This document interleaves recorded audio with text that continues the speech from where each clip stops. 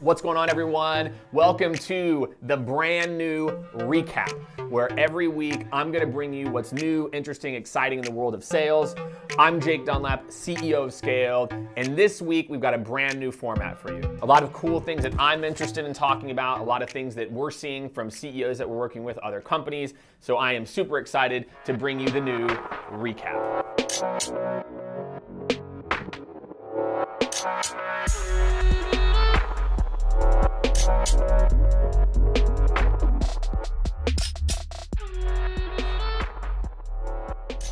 All right, my friends, so this week we are talking about one of everyone's favorite end of the quarter things. What happens whenever someone doesn't show up, they don't pick up your call at the end of the quarter, and how you can try to resurrect these people and get them back. I'm gonna talk about my trip to Napa, my little visit to wine country, and a few other of my favorite topics. So let's start with ghosting.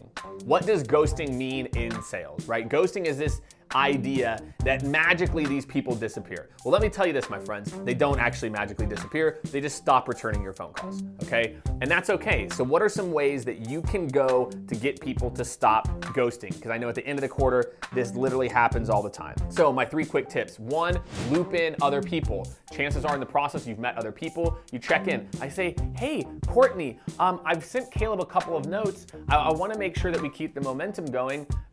Let me know if you all can coordinate early next week. So looping other people works all the time, right? The other thing is a trigger event. So the issue that I see with a lot of people is that the trigger event is your end of quarter, end of month versus some compelling event for them. So anytime you actually have a real compelling event, being able to bring that up. We said we needed to start by this to actually make this outcome happen. So that's my second one. My third one is remove guilt. Just like whenever someone calls you, like you're like a long lost cousin or aunt, and they leave a voicemail, and you look at the voicemail and you go, oh God, I don't want to call them back. But you do want to call them back, but you're like, oh God, this is gonna be like a whole thing. That's how they feel about your calls too. So if you can instead help to alleviate some of that guilt, like, hey Caleb, I'm sorry, I've actually been out of the office for the last 2 weeks. I'm sorry I didn't call you back, right? Let me know how this time works. It starts to remove that guilt. They're like, oh, I'm not a bad person for not following up, etc. So that's my 3 ways, my quick take on how to stop people from ghosting every single time. You've heard it from me. Now I want your take. What is your top technique, top tip for getting people to show back up when they're not engaged? Leave it in the comments, and we'll be picking winners every single week to highlight on next week's recap. All right, my friends, this week in awesome, right? Not to be confused with Austin, Texas, which is where we are right now. I had an amazing opportunity to go and visit Napa. I want to give a quick shout out, one, obviously to my wife. It was our 7-year wedding anniversary. Shout out to Jenny. What's going on? Thank you for the amazing trip. Some of my favorite wineries that are a little under the radar, I think everyone should check out. One is Blackbird Vineyards. They've got a new tasting room. It's in downtown Napa from like the bespoke collections, Blackbird Vineyards, off the chain. You kids still say off the chain? Is that a thing? Caleb? I have never said it, but that is not. People say off the chain? I don't think it's a thing. I think it's about lit. It's lit, yeah. My little brother says high key. High key? Or low key. Well, I know low key, that's obvious. He says high key. Okay, and I'm like, I'm not cool enough. I like that one. So next, AXR. It's in northern Napa. Amazing opportunity. There's a guy tasting with Richie. Go check out Richie. He was hilarious. Peju was amazing. Another one of my favorites. Always good wines. Aloro. And we'll link to all these in the comments as well too, so you can check it out. So that was my week in awesome. My opportunity to take 2 days off. It was fantastic. For all my friends, what are the best things that you do in Napa? I'd love to hear. I'm sure your friends would all like to hear as well. So this week in the news, I've scoured the news for the relevant information that I think you should care about if you're in sales, marketing, leadership. And this week in the news, I want to talk about remote work. Because in sales, I think we're terrified of this opportunity. But Owl Labs quotes, and I want to make sure I get this right, people being 22% more happy when they're able to work remote versus never working remote, and 43% more hours than non-remote employees, which I think is really, really interesting. That I think the mindset that we have is if someone's not there, that they're slacking off, they're not doing their work. But more and more people now, I think they have home offices. We have better communication tools than we've ever had before. It wasn't just the phone.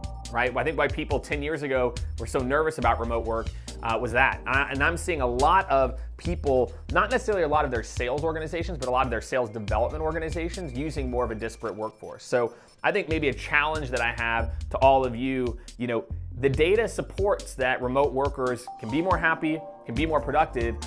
How do you think we could apply this to sales? So again, drop it in the comments. If there's a way that you have a remote team, I'm sure this is something that every sales leader is thinking about right now.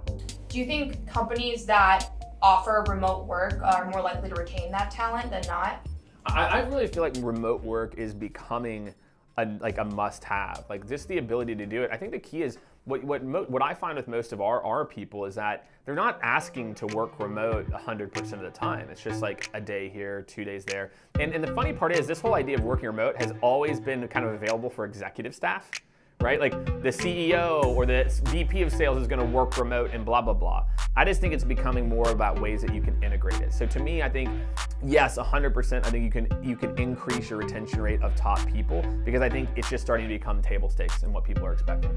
All right, so in a new segment, we are coining Ask Jake Anything. Hashtag Ask Jake Anything, right? You can drop that in. Maybe you do a post. Maybe you want me to comment on your post. Ask Jake Anything. It comes from my man, Jeff, at Microsoft. So Jeff says, Jake, I'm an entry level at a huge company. I work in tech sales, but I don't think I'm knowledgeable about the product to post on LinkedIn. I can't help but feeling like a fraud. This is a lot of people. Jeff, thank you, by the way, for the question. I think a lot of people have this because it's not always knowing about the product. It's just knowing about like a very specific application of the product. And I think no matter what you sell, like I'm just gonna say, we've worked with Microsoft in their IoT group. You don't need to know everything about what the IoT suite of products do. What you do need to know is what's the impact that they have on someone's business.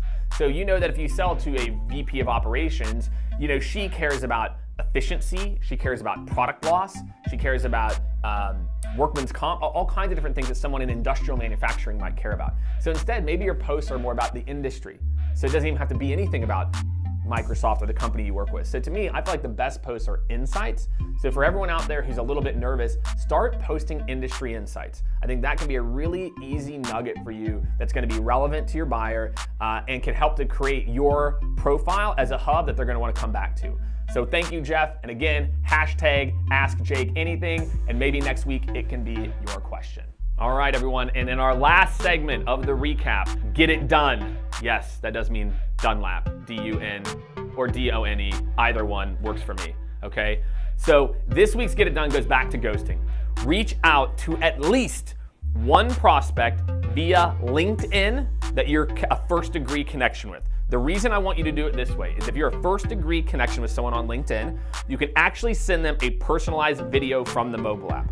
So my challenge to all of you is to send one video to a first degree connection that's gone dark. Again, using some of the techniques I talked about before. You can try any of those, looping in somebody else, trying to remove guilt, any of that will work. That is my challenge to all of you. When you've completed this challenge, comment below. We've got some special little goodies we're gonna be doing on a weekly, some surprise and delights.